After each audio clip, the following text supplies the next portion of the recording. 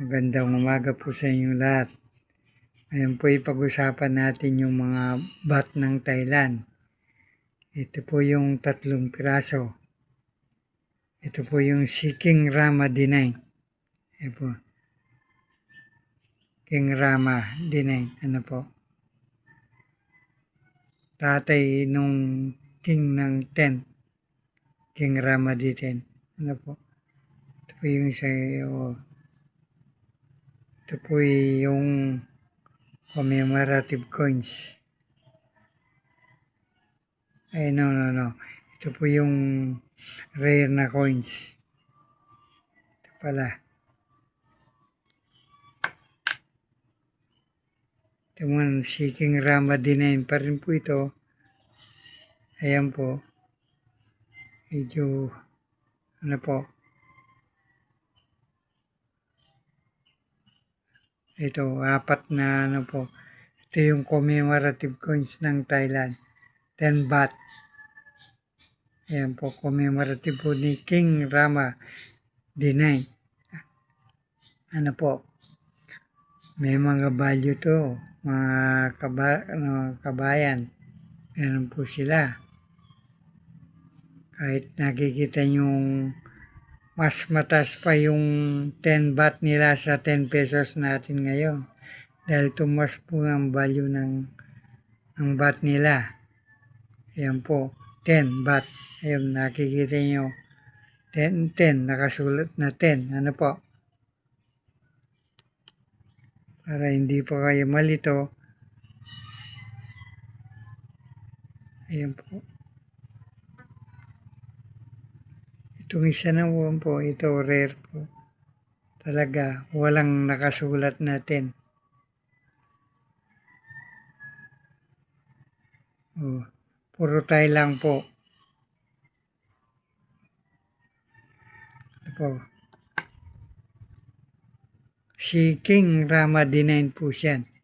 Ito naman po yung bago. Si King Rama D10. Ito po siya.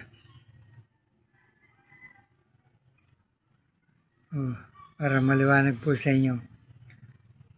Ang Thailand po hindi naglalagay ng petsa. Bawal ata sa kanila. Ano po. Ito po yung sa likod. Walang petsa pero nakasulat 10. Yung isa po, walang nakasulat na 10. Yan po.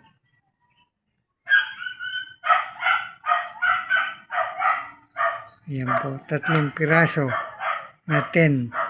May commemorative coins at may yung rare na coins. Parehas po sila na may alaga pa rin po na ano po. Mas mataas pa, inulit ko, mas mataas pa sa 10 pesos natin dahil ang baht ngayon tumas ng konti. Ano po. Ayan po siya. 3 baht. 10 baht ng Thailand.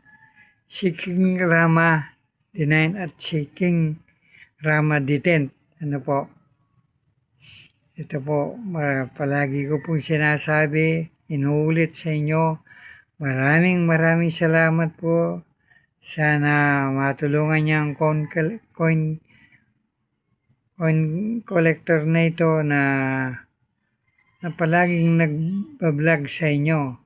Inulit ko po, 3 pirasong 10 baht. Sana po matulungan nyo yung content creator na ito. Ang inyong lingkod po, sinasabi ko palagi sa inyo, sa aking mga video. Thank you very much po. Sana huwag kayong magsawang manood ng Efren Collection po. Inulit ko, 3 baht. 10 baht ng Thailand. May commemorative at may rare na 10 baht. Ano po? Medyo may alaga rin na yun po ito. Kaya kung meron kayo, huwag nyo pong itago nyo muna. Thank you very much po uli sa inyong panonood ng Efren Collection. Thank you po uli. Salamat po sa inyong panonood ulit. Efren Collection po muli.